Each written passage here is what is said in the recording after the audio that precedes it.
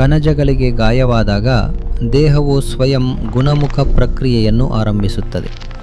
ಮೊದಲಿಗೆ ರೋಗನಿರೋಧಕ ಕೋಶಗಳು ಗಾಯದ ಸ್ಥಳವನ್ನು ಸ್ವಚ್ಛಗೊಳಿಸಿ ಸೋಂಕಿನ ಅಪಾಯವನ್ನು ಕಡಿಮೆ ಮಾಡುತ್ತವೆ. ನಂತರ ಫೈಬ್ರೋಬ್ಲಾಸ್ಟ್ ಕೋಶಗಳು ಕೊಲಾಜನ್ ಅನ್ನು ಉತ್ಪಾದಿಸುತ್ತವೆ. ಈ ಕೊಲಾಜನ್ ದಪ್ಪ ಮತ್ತು ಗಟ್ಟಿಯಾದ ಪದರವಾಗಿ ರೂಪುಗೊಂಡು ಗಾಯಗೊಂಡ ಭಾಗಕ್ಕೆ ಬಲ ನೀಡುತ್ತದೆ. ಗಾಯ ನಿಧಾನವಾಗಿ ಮುಚ್ಚಿಕೊಳ್ಳುವಂತೆ ಇನ್ನಷ್ಟು ಕೊಲಾಜನ್ ಸೇರುತ್ತದೆ. ಹೊಸ ರಕ್ತನಾಳಗಳು ಬೆಳೆಯುತ್ತವೆ ಮತ್ತು ಹೊಸ ಕೋಶಗಳ ಬೆಳವಣಿಗೆಗೆ ಸಹಾಯ ಮಾಡುತ್ತವೆ. ಕಾಲಕ್ರಮೇಣ ಗಾಯದ ಗುರುತು ಸ್ಥಿರವಾಗುತ್ತದೆ.